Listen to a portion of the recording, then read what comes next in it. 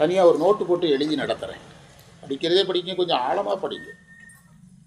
ஆழமாக படித்தா அடுத்த ஊரில் போய் அடுத்த ஊர் மாணவருக்கும் பயன்படும். உங்களை மாதிரி ரிச்சு தடவிட்டு இருந்தேன்னா அது யாருக்கும் பயன்படாது, எனக்கும் பயன்படாது, அடுத்த ஊர்காரங்களுக்கும் பயன்படாது, எல்லாருக்கும் போய் சொல்லலாம் ஆழமாக படித்தோம்னா. வரி 6. வேகங்கெடுத்தாண்ட வேந்தன் அடி போர் வெல்க. குருவை தேடி வேகமாக அலைந்த என்னை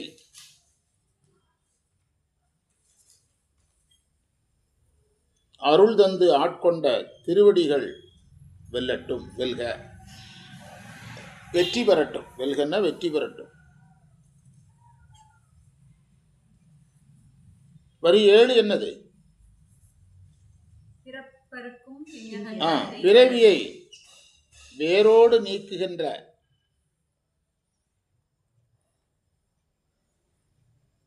தலைக்கோலம். பிஞ்சகன்னா தலைக்கோலம்னு அர்த்தம். தலைக்கோலம் பிராக்கெட்ல பிஞ்சகன்னு போட்டுவிடுங்க. உடைய இறைவனுடைய வீரச் சிலம்பு அணிந்த திருவடிகள் வெல்க. பிறப்பருக்கும், பிறப்பை வேரோடு அறுக்கும். பிஞ்சகன் பொருள் சொல்லிட்டேன். என்ன பொருள்? பெய்களல், வீரக்கடல் அணிந்த திருவடி, அதான் பெய்களல். வரி 3. புறத்தார்க்கு சேயோந்தன் பூங்கழல்கள் வெல்க. அடுத்த வரி. அன்பில்லாதவர்கள் நெருங்க முடியாதவனாக இருக்கின்ற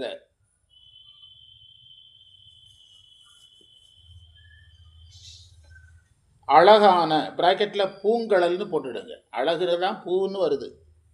பூக்கு ஏன் பூன்னு ஏன் பேருன்னா அழகா இருக்கிறதுனால. அன்பில்லாதவர்கள் நெருங்க முடியாத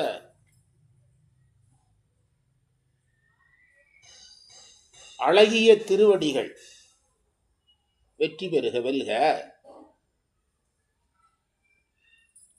அடுத்த வரி.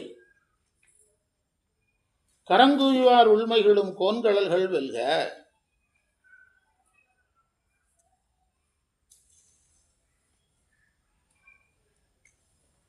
கைகூப்பி வணங்குகின்றவருடைய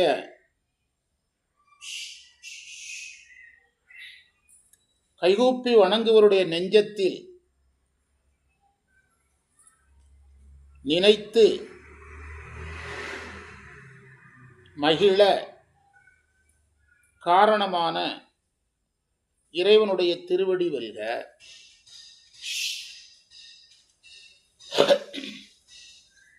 அடுத்தது. அடுத்தவர் என்னது? சீரோன் கடல் வெல்க. சிரம்னா தலை. தலை குவித்து வணங்குவாரை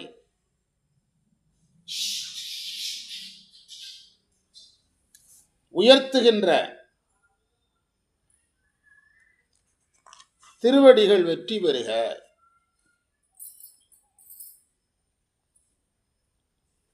குறிப்புரை. வேகம், விரைவு.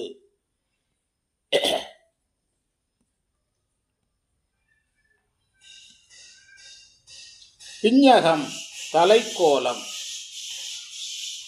தலைக்கோலம்னா என்னதுன்னா சடை உடையவன், கங்கை உடையவன், பிறை உடையவன். இது எந்த சாமிக்காவது சொல்றாங்களா? சிவனை தவிர யாருக்கும் சொல்றாங்களா? அதனால அந்த கோலத்தை, தலைக்கோலங்கிறது சிவனுக்கு சிறப்பானது.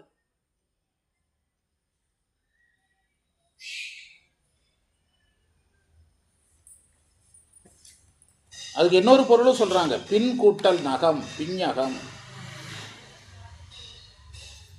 தலைக்கு பின்னால அணிகிற ஒரு நகை,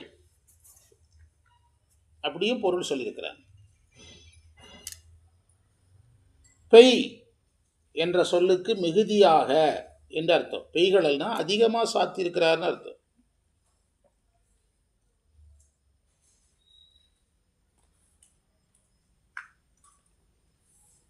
கடல் என்பது கடல் என்ற நகையை குறிக்காமல் கடல் அணிந்த திருவடியை குறித்தது.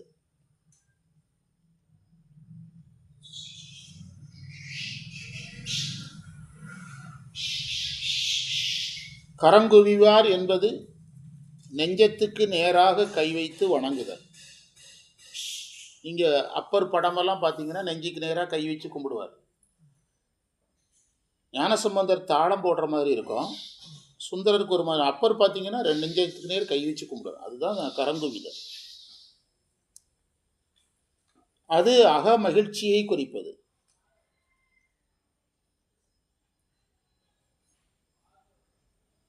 சிறங்குவாருங்கிறது தலையை நம்ம உரையில் எழுதிக்கோ. என்ன எழுதணும்?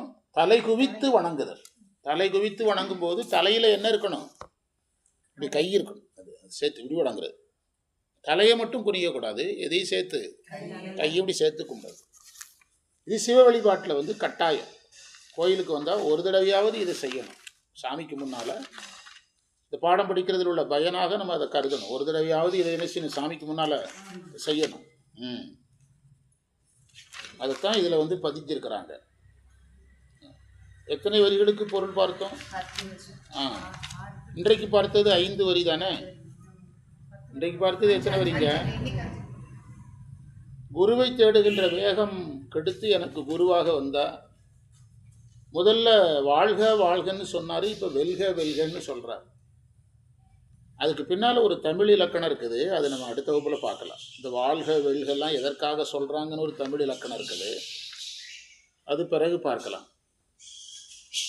அடுத்தது, என்னுடைய பிறப்பை நீக்கக்கூடிய தலைக்கோலமுடையவன் கடலடைந்தவனுடைய திருவடி வெல்க. அன்பில்லாதவங்கள் நெருங்க முடியாத அழகான திருவடியுடையவன் அவனுடைய திருவடிகள் வெல்க. நெஞ்சத்துக்கு நேராக கையை வச்சு யார் வணங்குறாங்களோ அவங்க உள்ளத்தில் மகிழ்ச்சியை கொடுப்பவனான்னு இருக்கிறார். அது என்ன சொல்ல வருதுன்னா, அந்த 9வது வரி, யார் எப்படி நெஞ்சத்துக்கு நேராக கை வச்சு வணங்குறாங்களோ அவங்களுக்கு யோகம் கைகூடும்னு அர்த்தம். என்ன கைகூடும்? யோகம் கைகூடும். நீங்கள் வேணால் வீட்டில் ஒரு சாமி கும்பிடும்போது கை வச்சு பாருங்கள், நம்மளை அறியாமலே கொஞ்சம் அமைதி வரும். நீங்கள் நிறைய முத்திரைகள் இருக்குது. இப்படி ஒரு முத்திரை வைப்பாங்க, அது நம்ம முத்திரை கிடையாது, சமண பௌத்தருடைய முத்திரை, அது நம்ம முத்திரை கிடையாது. இப்படி கையை வச்சோம்னா வெறப்பாக இருக்கும், அது அவ்வளோ பெரிய கான்சன்ட்ரேஷன் கிடைக்காது. ஆனால் இப்படி உட்காந்து பாருங்கள், வச்ச உடனே நம்மளை அறியாமலே மன ஒருமை ஈஸியாக வரும். எப்படி கை வச்சா மன ஒருமை ஈஸியாக வரும். சிரத்திற்கு மேல் கை வைத்து வணங்குதல் சிறங்குவார் ஓங்குவிக்கும் சீரோன் என்று சொன்னது.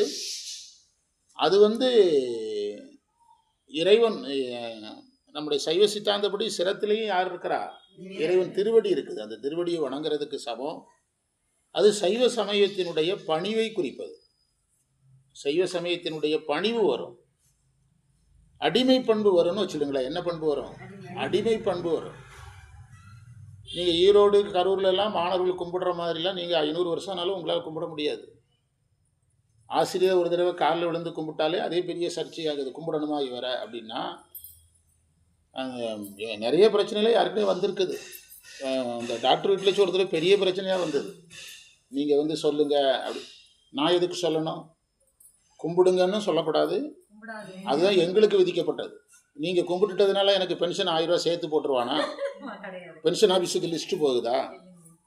அதெல்லாம் கிடையாது. அவர் இறைவன் அவரை என்ன தூண்டுறாரோ அதை அவர் செய்கிறாரு. ஒரு ஆறு போகுது, ஆறு சொல்லுதா இதில் குளிங்கன்னு சொல்லுதான், குளிக்காதீங்கன்னு சொல்லுதான்.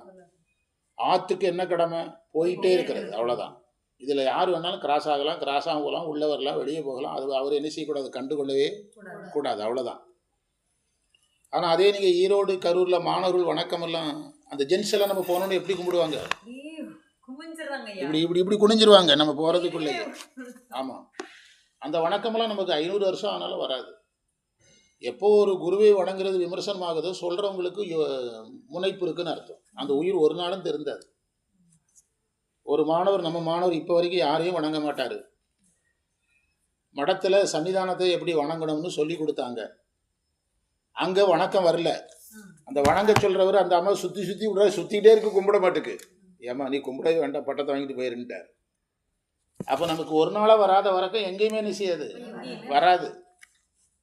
அதில் மாணவன் வணங்குவதனால் ஆசிரியருக்கு நன்மைகள் எதுவும் கிடையாது. நீங்கள் இந்த பிளக்கில் ஒரு கனெக்ஷனை கொடுத்தீங்கன்னா, பிளக்குக்கு லாபமா கரண்ட்டுக்கு லாபமா? பிளக்கில் ஒரு வைரஸ் வருவீங்க, அதில் ஒரு ஃபேன் ஓடுதுன்னா ஃபேனுக்கு தான் லாபம், லாஸு ஒன்றும் கிடையாதுன்னு சொல்லாதீங்க. லாஸ் அங்கே என்னது லாஸ் ஆகுது? நீங்கள் கும்பிட்டீங்கன்னா உங்களுக்கு சேர்த்து தவம் பண்ணணும், புரியுதா? நான் உங்களுக்கு சேர்த்து என்ன செய்யணும்? கும்பிடலைன்னா எனக்கு லாபம். நான் எப்போ நீங்கள் ஒரு பெரியவரை கும்பிட்டோம்னா நமக்கு இறைவனுடைய அருள் கிடைக்குன்னு சொல்லிட்டீங்களா, அப்போவே ரிசீவர் தொடங்கிட்டுல, அப்போ வந்து பயிற்சி தொடங்கிறது இல்லை. அப்போ நான் உங்கள்கிட்ட எதை இழந்தோனோ அதை யாற்ற வாங்கணும். ஆமாம், இதெல்லாம் ஒருத்தருக்கு தெரியாது. அதுதான் இந்த சிறங்குவிவார் வணக்கம் வருது, பணிவு வரும், குருவருள் கிடைக்கும். அதாவது ரொம்ப பக்குவப்பட்டவர்களுக்கு இப்போ தான் படிச்சிங்க. என்ன வேணா கிடையாது, பிராரத்தம் கிடையாது, ஆகாமியம் கிடையாது, ஒன்றும் கிடையாது. வினைகள் தீவினைகள் கிடையாது. என்ன வினை உண்டு? பிராரத்த வினையும் கிடையாது, எல்லாம் தீவினை தான். நல்வினை உண்டா இல்லையா? நல்வினை உண்டா இல்லையா? அவருடைய நல்வினை அவர் கணக்குக்கு வருமா வராதா? வராது. ஏன் வராது? வந்தா என்ன ஆகும்? அப்போ அவருக்கு வராது. அது எங்க போகும்? அவர் கூடவே இருக்கும், அவருக்கு வராது. அவரை யார் பின்பற்றுறாங்களோ அவங்களுக்கு வரும். இதான் சாஸ்திரம். புரியுதா? இறைவன்ட்டையும் போகாது. இறைவன் அதை வாங்கி ஒன்றும் பண்ண போறதில்ல. அந்த புண்ணியம் அவரையே சுற்றி சுற்றி வரும். அவரை சார்ந்து இருக்கிறவங்களுக்கு போயிடும், அவங்கள சார்ந்திருக்கவங்களுக்கு போயிடும். அதாவது எவன் ஒருவன் பக்குவப்பட்டவனாக இருக்கிறானோ அவனுக்கு தீமை செய்தால் தீமை பல மடங்காக பெருகும். இதுதான் சாஸ்திரம், சித்தியாரில் இருக்குது.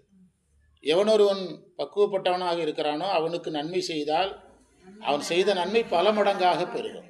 இந்த பல மடங்காக எப்படி பெருகுதுன்னா, அவனை சுற்றி இருக்கிற அந்த புண்ணியம் அவனுக்கு டிரான்ஸ்ஃபர் ஆயிடும். இது சாஸ்திரத்தில் இருக்குது. இதெல்லாம் மனசில் வச்சு தான் குருமார்கள் வந்து ஒன்றுமே சொல்கிறதில்ல. புரியுதா?